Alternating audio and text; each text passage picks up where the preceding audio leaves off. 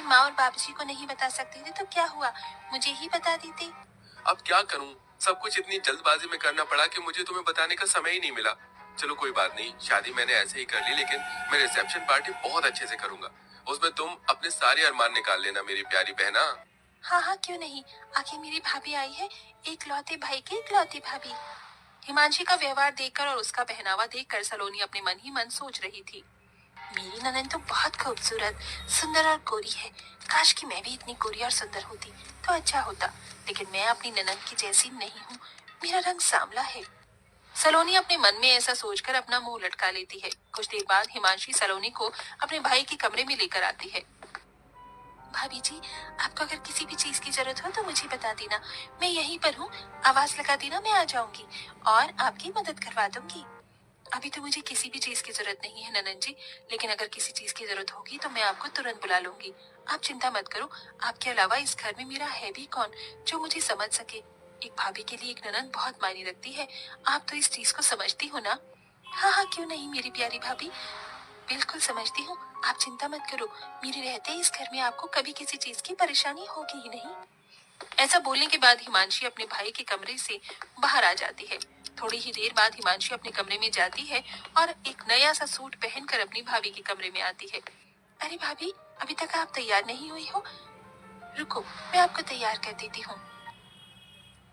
हिमांशी अपनी भाभी सलोनी को तैयार करने लगती है। तभी सलोनी देखती है कि हिमांशी ने बहुत सुंदर और प्यारा सूट पहना होता है। वो शीशे में अपनी ननद को देखते हुए कहती है, क्या बात है ननद जी, तुम्हारा ये सूट कितना प्यारा लग रहा है, तुम्हारे गोरे रंग पर खिल रहा है। मेरा रंग काला है ना, तो मेरे ऊपर ऐसे कपड़े अच्छे नहीं लगते। मैंने कई बार ऐसे कपड़े देखे हैं, लेकिन मेरा रंग और बेकार लगने लगता है। अरे भाभी कैसी बात कर रही हो आप, ये तो बहुत प्यारा कलर है और ये कलर भी मीडियम है, इसे गाजरी कलर बोलते हैं। आपको पता है ये कलर हर एक औरत के ऊपर जचता है, फिर चाहे वो काली हो या गोरी हो। आपको यकीन नहीं है तो रुको, मैं आपको ये सूट देती हूँ, फिर आप इसे पहनकर देखना, आपके ऊपर बहुत अच्छा लगेगा। हिमांशी अपने कमरे में जाती है और दूसरा सूट पहनकर जो उसने पहना होता है उसे उतार के अपनी भाभी के पास ले आती है। भाभी ये लो सूट। अरे ननन जी, आपको ये सूट मुझे देने की क्या जरूरत थी, रहने दीजिए। अरे क्या हुआ भाभी, आप मेरी भाभी हो, मैं इतना नहीं कर सकती, चलो इसे पहनकर दिखाओ। हिमांशी के ऐसा कहने के बाद सलोनी हिमांशी की बात मान लेती है और सूट पहनकर अपनी ननन को दिखाती है। देखो ननन जी कैसा लग रहा है। पहले तो मुझे लग रहा था कि मेरे रंग के ऊपर ये अच्छा नहीं लगेगा, लेकिन मेरे सामने रंग के ऊपर ये मुझे बहुत अच्छा लग रहा है। हाँ हाँ क्यों नहीं भाभी, आपके ऊपर ये रंग बहुत अच्छा लग रहा है। कलर कुछ नहीं होता भाभी, पहनने का तरीका होना चाहिए। आपके ऊपर ये सच में बहुत अच्छा लग रहा है, आज से आप इसे अपने पास ही रख लो।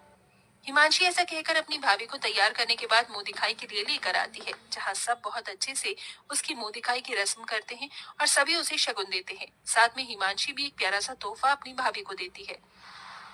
भाभी, मैं आपके लिए ये इतना प्यारा सा तोहफा लेकर आई हूँ, इसे हमेशा अपने पास ही रखना। आप तो बहुत अच्छी हो ननन जी, आपका बहुत बहुत शुक्रिया।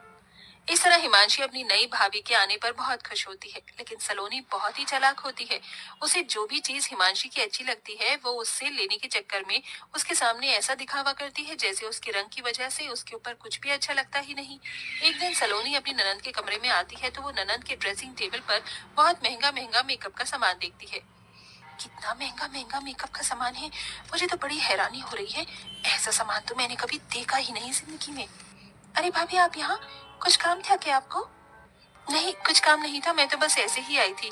वैसे ननन जी आपके कमरे में ड्रेसिंग टेबल पर ये इतना महंगा महंगा मेकअप का सामान, वैसे तो मैं भी सोचा करती थी कि मैं मेकअप करूंगी, लेकिन मेरा रंग सांवला है इसलिए मेरे रंग पर पता नहीं मेकअप खिलेगा या नहीं।